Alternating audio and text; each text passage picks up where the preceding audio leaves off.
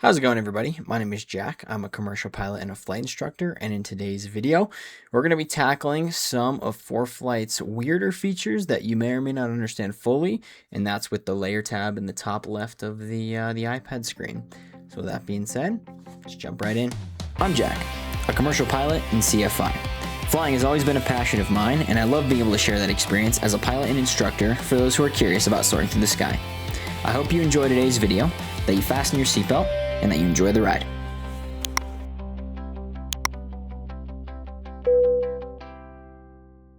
A lot of times when you look at this screen and you see a whole lot of stuff that's over the top and you're kind of understanding like, I know some of it, I don't know some of it.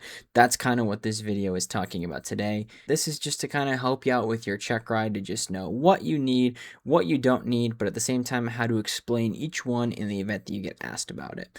So first off, we're going to talk about layers and specifically why they're there, like what's important about them. A lot of people glance over them. A lot of people don't really understand what they're used for, other than just, oh yeah, I can just click a button for this, this, and this. Pretty easy to do, nothing really hard about layers until you look at all of these different options here, right? There's a lot of things going on in here that you may or may not understand what to do, and so that's where in this video we're going to go through that and just kind of give you a better idea of how to actually break these down. Starting off with why these exist, and the reason really is just kind of whatever purpose you're flying, right? Whether you're just going out, you're going to fly for fun, you're doing a cross country, you're in flight training, either way, these are to add onto that weather briefing experience, as well as just give you a visual to just show you where you are on the map and what it looks like. So for example, these top tabs here, these first categories, these are going to specifically go over the map for anything weather related and surface terrain. So for example, this one with the radar, right? It's going to show you a whole bunch of things going on with rain, with whatever you can see. There's different types with classic, lowest tilt, and then you get a bunch of other stuff. So that's just kind of what the basics of the top ones are. Next up is satellite. So this one you may not understand, and this is where we'll kind of get into the advanced topics of it, but this is why they have all these different ones, is depending on what you're looking at. And so I'll get into point 2 of why I'm making this video, is what are you trying to do with your flight? What are you trying to accomplish with your goal? That's where this comes into play, and that's where you got to look and see what you're going to use with your layers versus if you're going to go to imagery and see it in a different perspective, and we'll talk about that in a few. So first thing first, right, we're going to break down with this point of what you're doing is these different tabs here. So the first tab that I talked about earlier, I like to call this your weather and terrain tab. You have your radar as well as imagery for turbulence, clouds, surface analysis, and then if you have the extra one, you can get like terrain and stuff, which is cool. So I already showed you rain, right? You can kind of see like what's going on with rain and everything happening. And then the next one, this is the one that people don't really understand, is the satellite imagery, right? Why does satellite imagery exist? The reason why it's important to know that the satellite tab is here, if you have the subscription, is to see what it looks like without actually just looking at a screen, right? Satellites are taking pictures constantly. They have all these things, and you can see if I click on imagery here, right? You'll look in this tab and see a whole bunch of options that you can have in here with GFA tool with the graphics, winds aloft advisories, but then you scroll all the way down and you can see this. Right, this is the most important thing, right? This is the visible satellite of the continental United States that NOAA has, and you can look and see just kind of what weather could be over here in the clouds. Well, that's where you'd find all this, is you'd see visible, and then this is where you would find that on the actual Foreflight itself. In the middle is the infrared, right? You can look and see in the northeast. You got all these rainstorms coming through. Same thing applies with this. You're taking that and putting it on here, and then the color. Basically, the color of it all being here means that there's clouds, there's low-level issue clouds, but it's not like rain or storms or anything compared to being over here. And you can even see there's a graphic on the bottom here that shows you that. This is just a great way to see weather outside of just looking at the radar to see if there's rain. Right, this is going to give you an actual heads up of where the cloud layers are at, and that's what I tell people all the time. Use as many tools as you can before you go fly, and this is a great one to just be able to look at and see what the satellites are picking up as far as clouds. Because you can go to a METAR, and you can see clearly that at this airport, it's marginal, but how marginal does it look? There's your answer. That whole area is all clouds, and so that's what the satellite imagery is for. Next up is icing. Pretty easy. You can look around the globe and you can see if there's any icing reports or whatnot. That's kind of what that's there for. Then you have turbulence, right? Turbulence reports are pretty good. You want to know and see if there's anything, like you can already see a few extra things popped up here with turbulence global, turbulence United States. And then this is a new one, reported turbulence. Foreflight put this in not too long ago, where people actually will report stuff, and then you actually can get the data from your Sentry, and it'll actually report now, which is cool. So like for example right here, you can see these little dots. You can click on it and you can see smooth at 7900, 7980, SR22, weight category light. But this is coming from some dude's Sentry in his airplane, or from the avionic in the airplane that's participating. And that's the nice thing about Foreflight too, is you can actually get ride reports and where you're at, which is cool. So that's turbulence. Next is clouds. This one's great because you can actually pick and choose like the reported clouds that you can like see where they're at. But like I said, you're not going to find a really good tool of figuring out where the clouds are, because again, like it's IFR over here, but the clouds aren't fully loading. So you got to give it some time to load, and then eventually it'll pop up. You have the surface analysis here. So this is just going to give you your surface analysis chart, but it's going to be in the actual environment of the air. So like you can see how it's trying to put in all of like the low pressure fronts, high pressure, warm, cold fronts, you name it. I don't like using this. Usually it takes a little bit for the iPad to actually warm up to it, so I go to imagery and just use that. But that's what that's for. And then the last one, this one's only on this subscription that I have. This one's called the Hazard Advisor. Long story short, if you want to know where the mountains are on your route of flight, right, that's where you use the Hazard Advisor. So if it'll select, you can see here, right, if you're flying at, let's say, 2,000 feet, this is all mountainous terrain here. Over here, a little bit up here, not so much down here. Great for night flying. Use it all the time for that. That's the first section here, right? Second section, and technically the third one here you have, is the traffic, and then the airmets, SIGMETs, NOMS, TFRs. I like to put these two together because you don't get the traffic one with in-flight. You just get it on the ground, but plain and simple, you can input it and you can just see it'll load all the airplanes however long it takes to do that. So that's what that is. Next up is the most important ones that I think is really something you need to use when you're flying, as well as when you're on the ground. All right, airmet, SIGMET, central weather advisories, NOTAMs, and TFRs. I don't have to explain it. If you want to look and see like where airspace is blocked off or where people are getting some pretty bad weather, all you got to do is, if I unhighlight these, you can see it's a pretty easy little map. I can just select everything back on and look at that. A whole bunch of stuff popped up all over the country. It was already on earlier, so you could already tell, but that's what that feature does, which is really cool. But then the last one, this one's very important, is you have everything to do with airports. So cameras, flight category, surface, winds aloft, dew point. You're going to get most of these. You're not going to get the cameras one in the basic. You're going to get, I think, that one in the next couple. Like I have the middle subscription, so the cameras are really great. And I'll actually demonstrate kind of what those look like. So if I were to go up to where I used to fly out of, you can see they're getting some snow. A lot of snow. And even my map over there is showing you it's flashing for blue icing. So yeah, they're getting a lot of bad weather right now.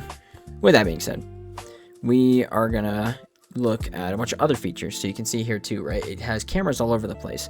The most common one I use is flight category, because you can clearly see it shows you if it's green, blue, red, or even purple. It's probably the most basic one. You can also do for surface winds. You can see what they are based on the little arrows with the little signs at the top. I forget what they're called. Winds aloft, you can get kind of what those are telling you. Dew point spread, temperature, visibility, cloud ceilings, and sky coverage. You got a whole bunch of these. Personally, I don't really like the bottom half of these. I just use the flight category one, or if I were to go down to here, then I would go to fuel, 100 low lead, see what the price of gas is, or could use a bunch of other stuff too, like with obstacles and everything. That's kind of what I'd use with that. And that's what I'll talk about with this last category down here, is just with PIREPS lighting. You can enable PIREPS, see what people are reporting all around the globe, lightning. So if there's any storms, you can have those enabled, but you can see it clearly. It goes a whole big with the map.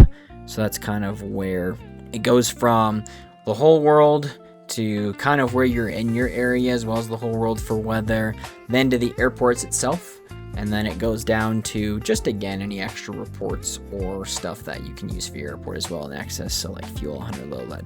And then the last one, and this is the one that I won't really go down in because this is just a bunch of stuff that I've downloaded over the years, but with the custom content features, that's the real big thing that I kind of want to get into here. So layers are very important because you can actually use them for better or for worse when you're flying, and you can customize the layout with however you want to make it. So custom content is very important. That's something that not many people understand. So what I'll do is, if you want to go in here, you're going to go to more and you're going to click custom content, right?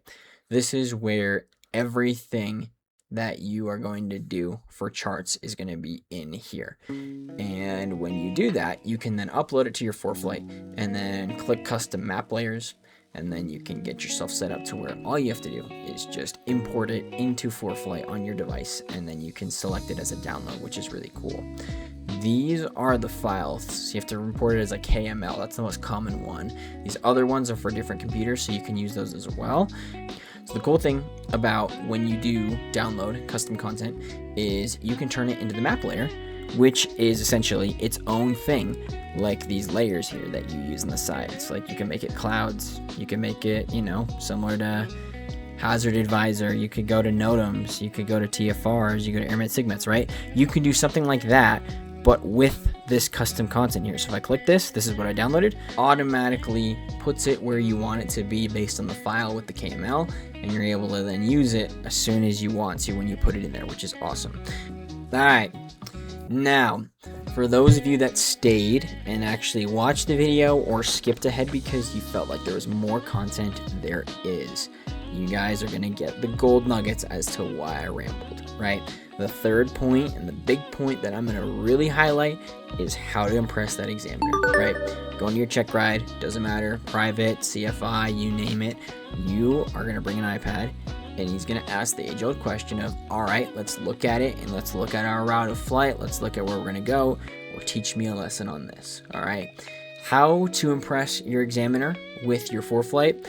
I'm gonna just keep it very simple, keep it organized, right?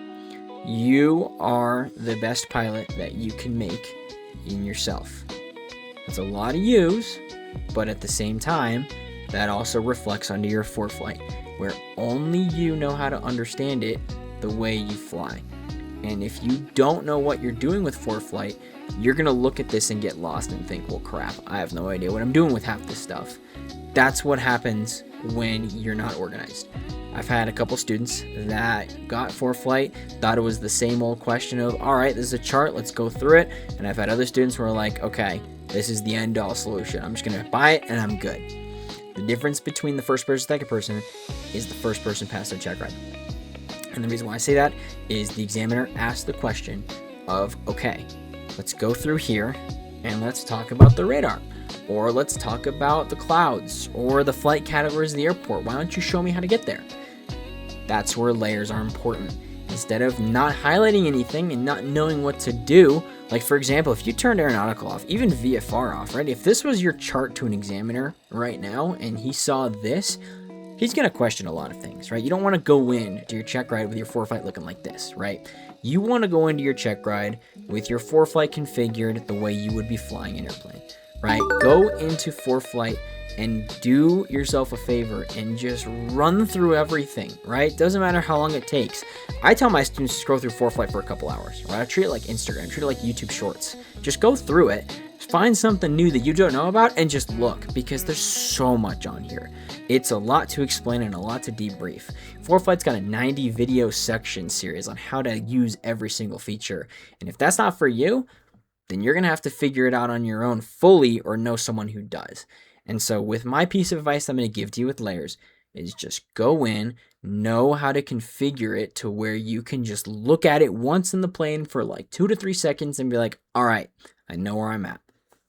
And so I'll give you an example of what I do before every check ride I went through and how I teach my students to configure their iPad with specifically layers. So starting off, I have VFR, if it's a VFR check ride. IFR, different story, use IFR. I have aeronautical on. Very easy to get lost in this, but the reason I have aeronautical on is I have my flight plan listed in here. So for example, let's just do one from KDFW to KMCO. Pretty long flight. This is like a, American United Delta kind of flight. But if you look and you can see with the aeronautical on, you automatically know where you're going and what your flight path looks like. So if I took aeronautical off, immediately the only two airports you have is just DFW and MCO, right? Aeronautical is there to give you the resources at the click of a button, right? If I were to click right there, like if I were to click at Baton Rouge, for example, it's only going to give me the tower because I have the obstacles on, right? I'm not going to be able to get any information from that. Now, let's turn aeronautical on, okay? With aeronautical, let's go to Baton Rouge again. If I just zoom in, look at that.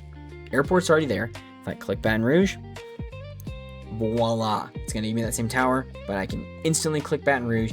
I can see the weather. I can see the info. I can even look at the procedures at the touch of a finger. And that can be 3 to 5 seconds of you being in the heat of a moment question, trying to figure out where you're at, versus 3 to 5 seconds of you trying to figure out where am I even going. And that could be life or death in certain scenarios. And so that's where aeronautical is very key to using Foreflight. It's just to be able to have it, to just touch your finger there and look at that. It just does its thing, which is really cool. Only other thing I really have my students do with Foreflight, with configuring the map and the layers, is just kind of figure out what you think is important, right? For example, if you know the weather is going to be rainy, have radar on, radar classic, radar lowest tilt. That's kind of what I tell people is just if you think there's going to be weather, just have what's relevant. Same thing goes for here, right? Traffic, you're not going to get that in the airplane. That's not a tab. So you can have it open for now just to see. But again, it's just one of those things that you don't necessarily have to use for traffic because depending on your Sentry or whatever you have in the plane, that's not going to be a tab. It'll just automatically be up there. Then AirMets, NOTAMs, TFRs, SIGMET, CBOAs, that's pretty important. I tell them to have it on just in case they forget in their weather brief. They can look out and say, oh yeah, there's a NOTAM there. And then finally, what I tell my students to, pick one of these. Anyone. Doesn't matter.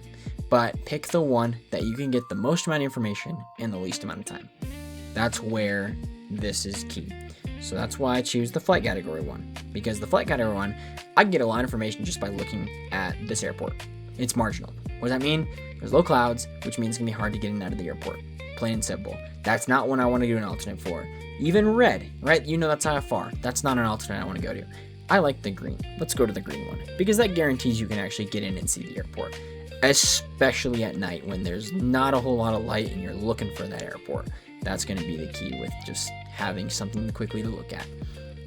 With that being said, with all of the saturation in my video that I just talked about with layers, the overall summary that I'm going to leave you is this. This is not a lesson on how to teach you to use it. This is a lesson on giving you pointers to what you should focus on. And with the focus on layers, be smart, okay?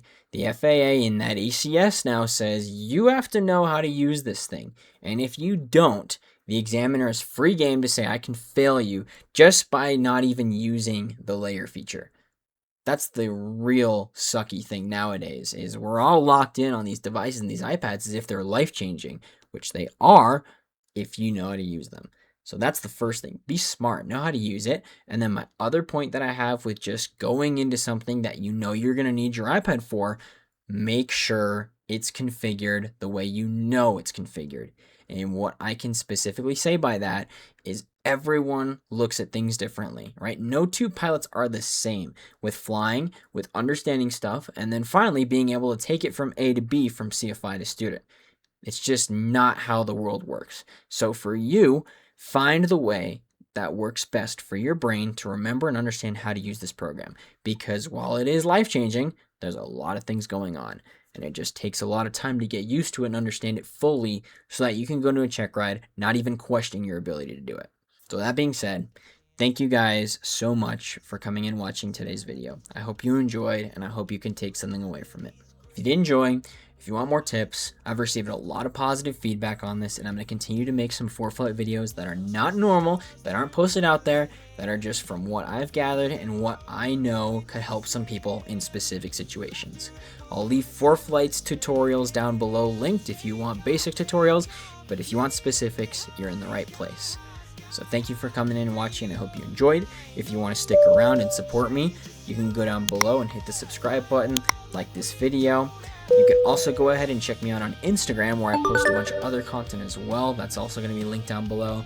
And then finally, if you want to know who I am, where I came from, how I got to this spot, and why I know all this knowledge, my website is linked down below with my story and how I got here. So if you want to check that out, feel free. And with that being said, thank you guys coming in for watching. I hope you all enjoyed this Foreflight tutorial with my iPad finally. And I'll see y'all in the next one. See ya!